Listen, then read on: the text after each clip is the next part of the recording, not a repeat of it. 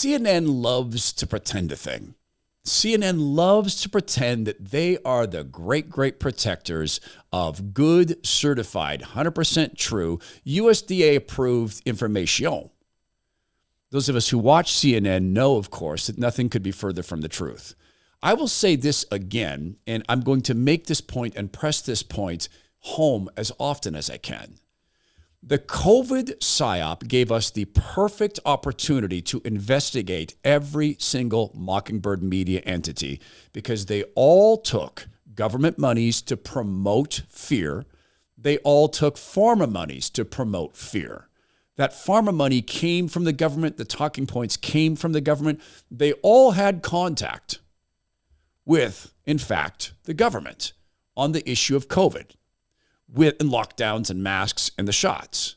That gives us the perfect entree to go ask them or demand from them or subpoena from them any and all conversations they had with with government.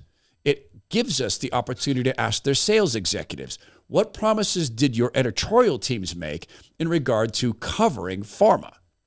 Now we also have this, though, in terms of collusion. We have the Mockingbird Media that is clearly, once again, intending to help shift the election. It's not bias. This is election meddling. This is election participation. They are once again colluding. The Mockingbird Media is. Just think about this week. They ran the new narrative that Kamala Harris's annoying laugh, which CNN had said could be a weight against the campaign. They actually said it could be a deficit against the campaign, her laugh, her cackle. Now they're saying it's a sign of joy, and so is MSNBC, and so is The Atlantic, and so is Vanity Fair, and so are other Mockingbird Media entities. All of a sudden, it's all about Kamala laughs because she's joyful. The joy of the Tim Walton Kamala Harris campaign.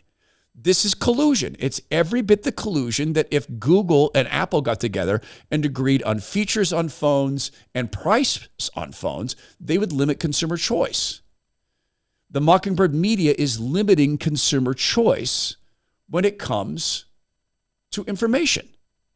And we, if we win the White House, have the opportunity to have a DOJ that could actually look into this because collusion with big companies is illegal.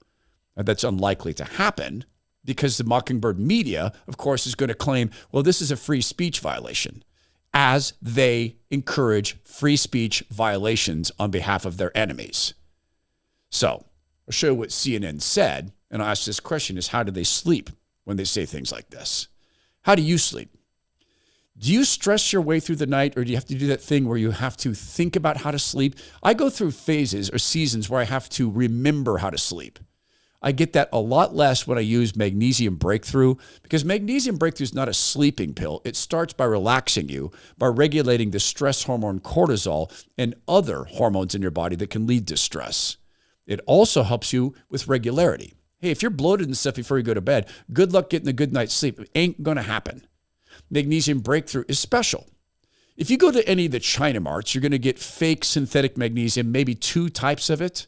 At Bioptimizers, they go to the extent of caring to gather 7 forms of magnesium, full spectrum, all organic, all natural, real magnesium, which helps regulate 600 interactions in your body like sleep, like digestion, like stress. This is the only place you're going to get this offer for a free bottle of Magnesium Breakthrough. It's not on Google. It's not on Amazon. It's not at the Bioptimizers website. It's one place. Go to magbreakthrough.com/Todd-free.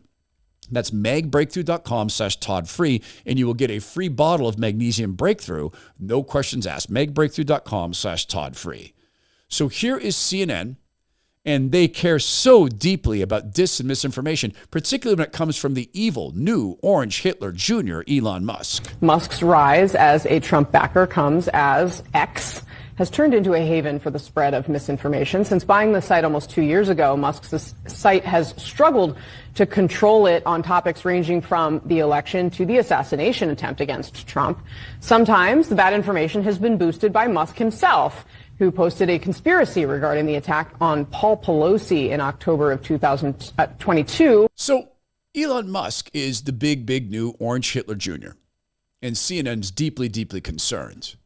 Now, when this video came out and they were making this claim about Elon Musk, something else was going on.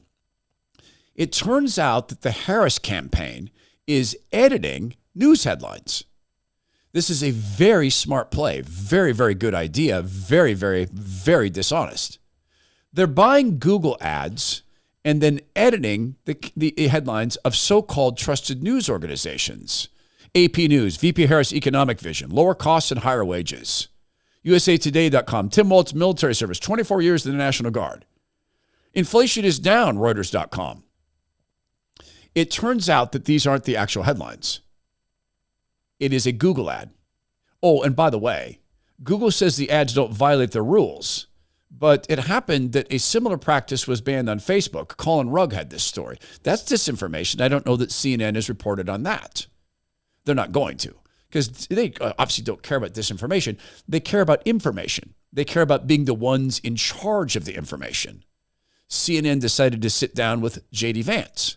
And of course, they went through some disinformation that they offered in defense of Tim Walz. And on the question of when he left the National Guard, he filed his election paperwork February 10th, 2005. That was a month before the National Guard even announced that it was possible that they would deploy to Iraq, and it ended up being 2 months. He retired 2 months before they actually got the paperwork. But on CNN last night, Dana, one of the people who was actually in charge of him said they knew they were going to deploy to Iraq in February of 2004, fall of 2004. So he knew he was going to Iraq. He decided to quit, to retire, whatever word you want to use. Retire. Because he wanted to run for Congress. He lied about that. He said that when he decided to retire, he did not know that he was going to Iraq. That is another untruth, as even his senior military officer said. So again, I'm not criticizing the service. I'm criticizing the dishonesty. Dishonesty spoken in favor and for the purpose of political benefit. And I think that the most important thing here, Dana, is it goes to Kamala Harris's judgment. Tim Walz is ultimately going to be the vice president. Kamala Harris is in great health. I'm sure she's going to be president if she wins for 4 or maybe even 8 years. Why did Kamala Harris choose a person who has lied about their military service? I think that is a serious lapse in judgment. And I don't want to hear from a campaign spokesperson of Kamala Harris. I want to hear Kamala Harris herself address what I just said. You know, I've seen a lot of statements from veterans, including those you served with, saying it's just untoward to be criticizing somebody who served for 24 years. Dana, I'm not interested in the ad hominem. I've heard from a lot of veterans groups who criticize Tim Walz. The question is, he said he served in war, and he didn't. That is a dishonesty. I couldn't care less what one or the other person says about it. I care about what the truth is. CNN doesn't. She chose retire. He says quit. You can debate that. Here's what you cannot debate. Tim Walz said he carried weapons into war. He didn't. Tim Walz apparently told John Kerry he carried weapons into war because John Kerry, in a letter of recommendation for Tim Walz, said the same thing. Tim Walz identified at a rank he never achieved. John Kerry called him that rank. CNN does not care about this information. CNN cares about winning. And Republicans, hear this, please, President Trump's team. If you make it into the White House, overcoming every and all honest and or dishonest efforts they're going to make to keep you out of the White House, hear this. Go after the Mockingbird Media for collusion. MSNBC, joyful. CNN, the joy of Kamala Harris. Vanity Fair, the joy of Kamala Harris. This is a collusion act. Limiting consumer choice. It's punishable. It's antitrust type behavior. And look, I get it. I make a living with free speech. I don't want the government crawling down my throat, telling me what I can say, but I'm not colluding with anybody.